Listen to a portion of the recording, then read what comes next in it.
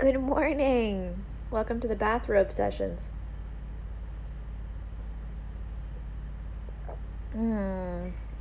Last night I decided that I was not gluten-free or dairy-free anymore. I ate a huge ass pizza and cake and limoncello and wine. So today I am drinking a lot of water and lemon and detoxing because my body is like, Yana, what the fuck did you do? But sometimes we just have to break our rules, you know? I don't want to go down and die and be like, I didn't eat the pizza. Like, we need to eat the pizza sometimes, guys. The pizza is important. I got a really beautiful, heartfelt application for my women's group today that I was just reading about someone who comes from a whole line of people who have worked in the corporate world, their like whole life. And I understand this on some level. I'm the first entrepreneur in my family. Everyone else in my life has worked at corporations and jobs.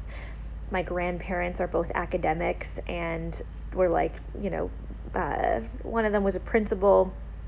And I've never been to post-secondary. I traveled the world. I've taken a lot of courses. I'm really like podcasting, listening, learning, but have never been to university. And my grandparents for my whole life have been like, they've kind of chilled out now, but they would always like drop the university flyers of like the writing program at Langara College.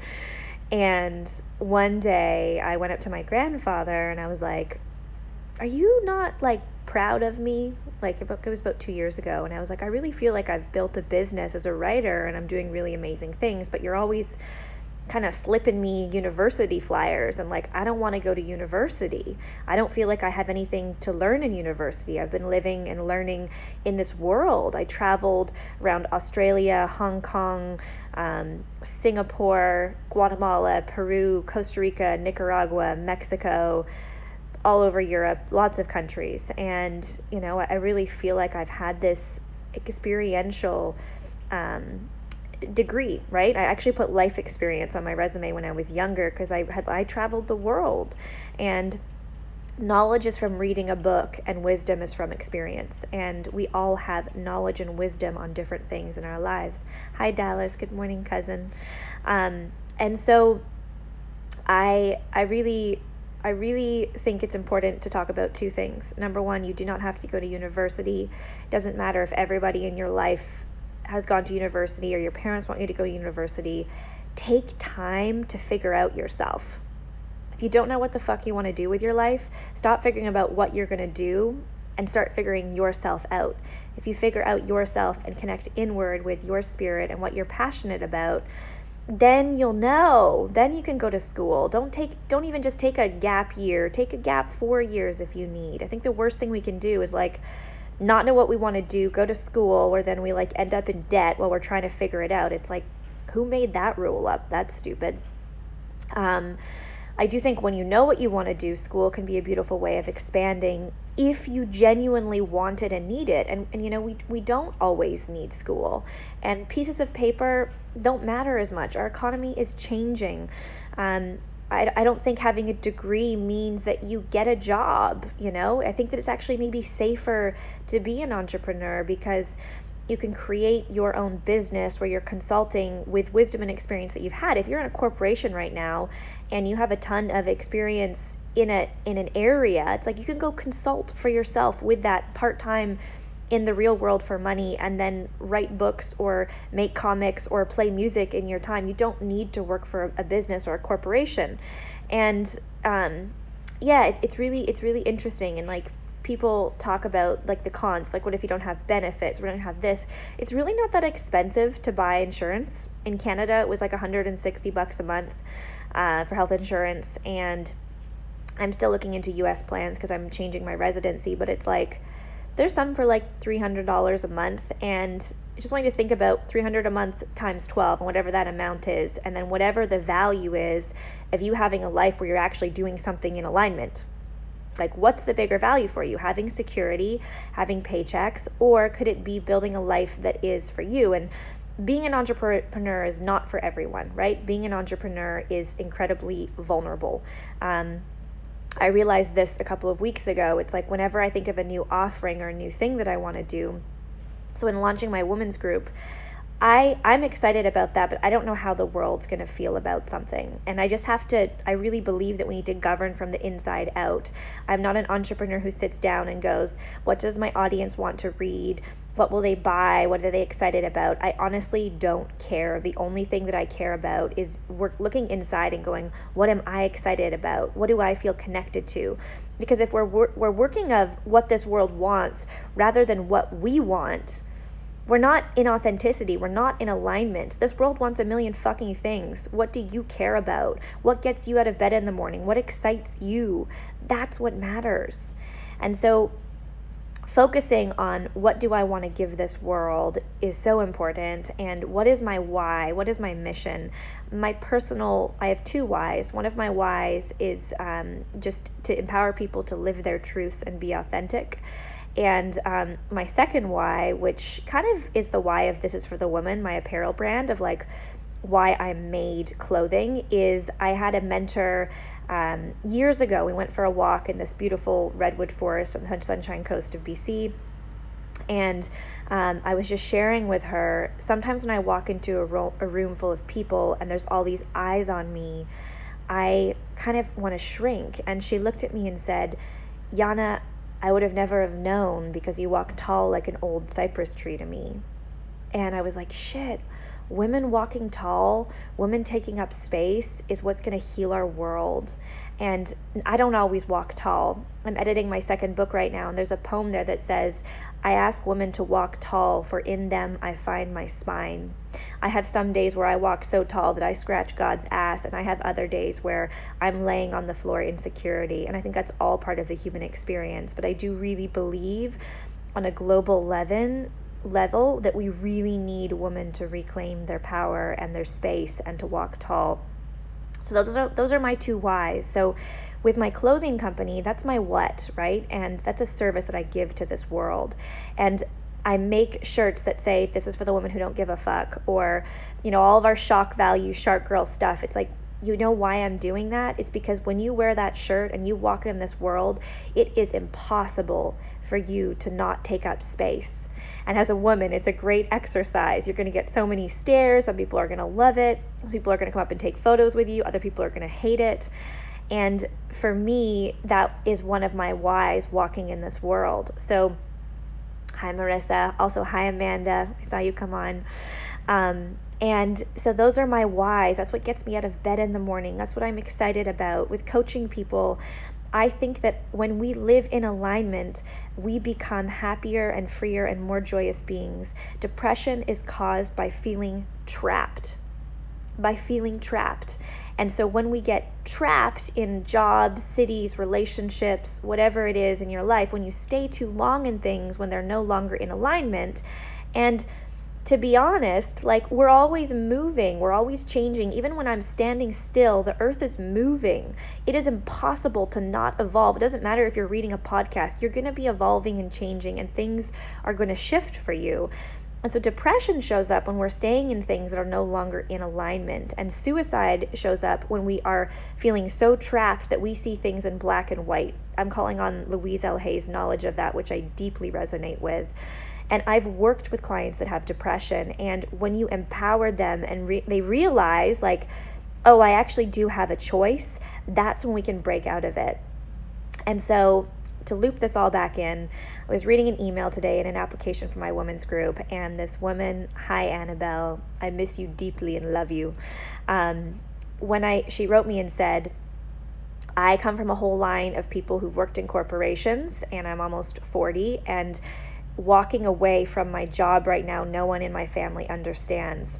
So also, first entrepreneur, some of the things that I do freak my mom out because she was an airplane mechanic and also has worked in other places. And I have a very supportive family, which I'm grateful for, but I'm kind of the black sheep, right? Like, I'm kind of paving this way.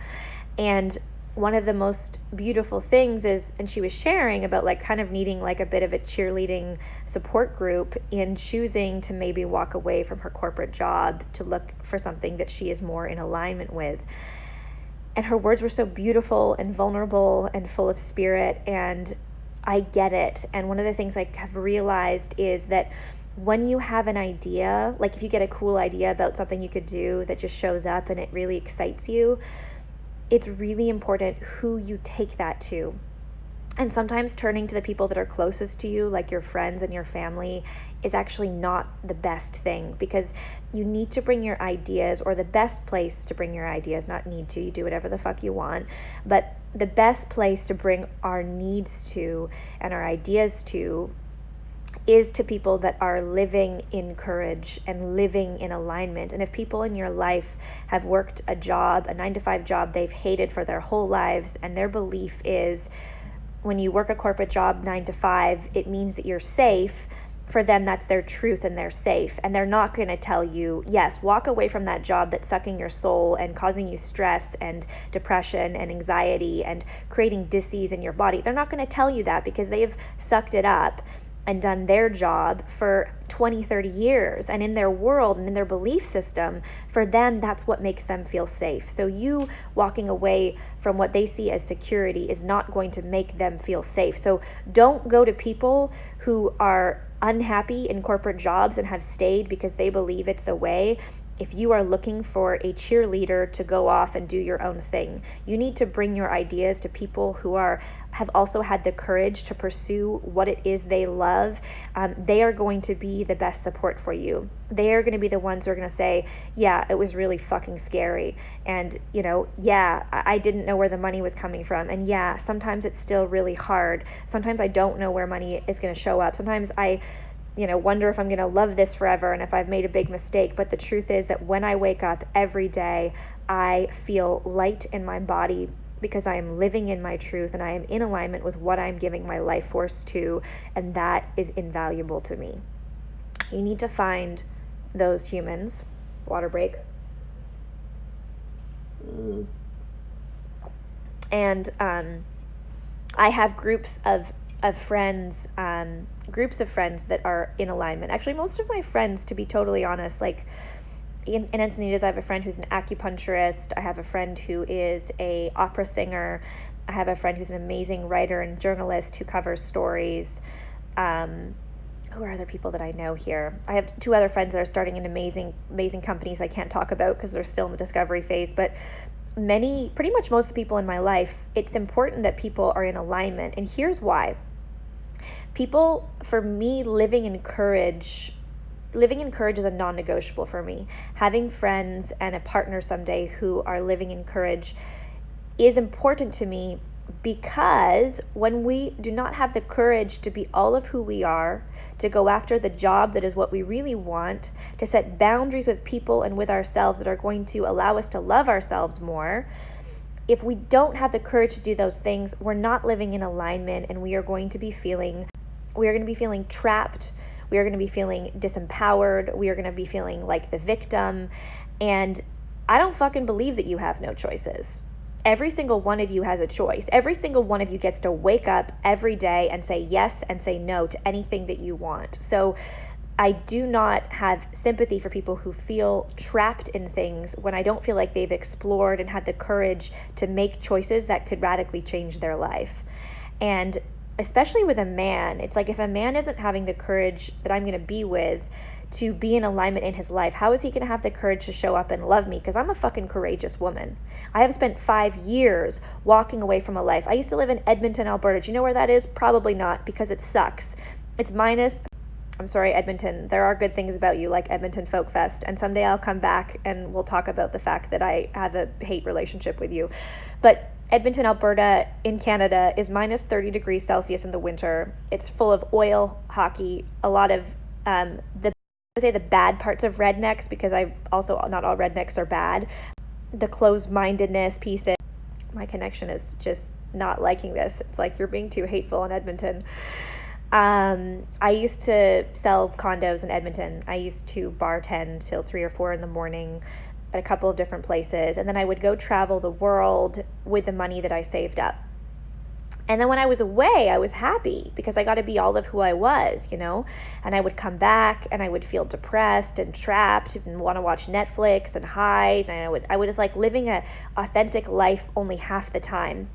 And this was sustainable until it wasn't. And I realized that I wanted to have a life that was authentic and true to me all the time. And that meant having the courage to make myself available to what I really wanted to do and where I really wanted to live. And when I made the leap to move to the Sunshine Coast of Alberta 5 years ago, I didn't really have a plan, but I believe that cities, jobs, and people are like soulmates. We have many. Some are for a season, a reason, or a lifetime. Edmonton and I were fucking done. There was, my mom's partner was there. I got a beautiful family from being there. Pretty much no one lives there anymore. I have a couple siblings. My live's pausing whenever I get mad at Edmonton. I'm going to stop dissing Edmonton. And so I was just done. So I was like, I'm going to move to Vancouver. I'm going to move to BC because living in British Columbia, lifestyle, trees, mountains, forests, that makes me happy. That feels light. That feels aligned. That feels good.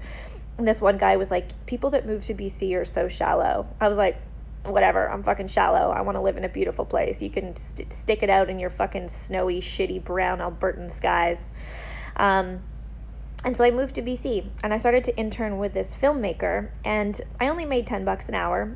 I still had to work other jobs for a little while, but I just started to choose things that were more in alignment. I chose to move, I chose to work with this filmmaker, and then I chose to start writing and sharing my stuff. And it's just evolved. After I wrote enough online, my social media following, people wanted to pay me to write. Then people were writing me for advice, and I was spending 4 to 6 hours a day responding. And then I realized that was actually mentorship and a service, and started to do my coaching business, which I've been doing for 5 years. And I've evolved. So I have also lived a life that was not in alignment. I have also felt trapped. I have also served coffee to people who didn't appreciate me, and shaken drinks for drunks till 4 a.m, worn a suit in an office and been miserable and had to do the corporate blah, blah, blah bullshit. I've done all of those things too. And I have had the courage to walk away, and people living in courage around me is huge. To summarize all of this, don't bring your ideas to people who are not living in courage. And if you feel depressed or trapped or unhappy in your job, seriously look at why you believe that you're trapped. The ironic thing is, when I served and was working all of these jobs, I was so struggling financially. I think I was only making $1,500 or $2,000 a month or something. Maybe I was making more when I was working a lot, but it was a struggle. It was struggle bus. And last year I made $300,000 as a poet and a coach with a clothing company. This is for the woman who did $130,000 last year. I'm making more money. So challenge that. I'm making more money. And it's not even, of course I'm making more money. I'm more happy. I love what I'm doing. Why wouldn't I be making more money? Money is energy. If you're unhappy with your work, energy isn't flowing. So we don't have business problems. We have personal problems. And walking into alignment is the best thing that I've ever done for myself. I continue every day to hold space for what feels more in alignment for me. And do you ever look to answer people's questions on here? Alexa, good point. So when I go on rants, it takes me out of the flow. I'm happy to answer some questions. Before I hop into questions, I just want to say that I have filled 17 spots for the women's group. We're doing 2 groups of 10. There are 3 spots left, and applications close Friday. So if you want to bring your ideas to a space for 4 months where myself and other women who are having the courage to make themselves available to look at what's in alignment in their life and what they want to step into more, I would really love to meet you. So please apply. The application for that the link is in my bio. And now I'm going to take a couple questions. I'm also so happy that I held space for 2 groups, because there's already 17 women that are in, and we've got women in Australia, England, Switzerland, Qatar. There's actually 2 women in England. So there's a huge European group. We are going to be doing a group for people on that side of the world. So if you're a time zone away from me, I've got you. And I'm doing 2 groups of 10 because I really want to have space for women to share their stories and be supported. So FYI. Okay, do I go to a therapist? I have worked for the last 9 years with a ton of different coaches. I don't really work with therapists.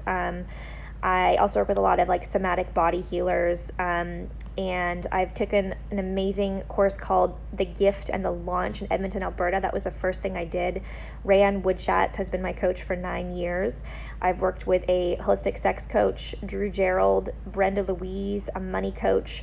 I've worked with healers all over the world who don't have Instagrams that you probably wouldn't know, that both do like body. And the beautiful thing about somatic work, look up Peter Levine, his stuff is brilliant, is that the somatic work that we do actually brings up our emotions, which is another thing.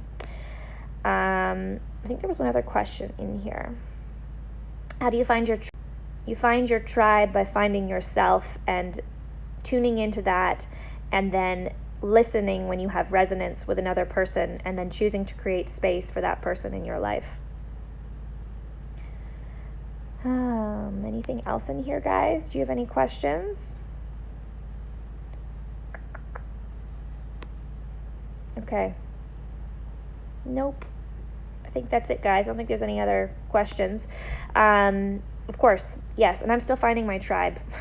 And also, as we're changing all the time, our tribes are changing. I can be in deep resonance with somebody, and then I'm going to go through a change. And like even going to Greece, I did like 15 days of 1 to 3 hour sessions with this healer Prem, and I did not come back the same person. And some of the people I've been feeling more called or less called to hang out with in my life because of that experience. So the more that you focus on yourself and do personal development, the more you're going to change in the people around you, and that's okay. It's okay.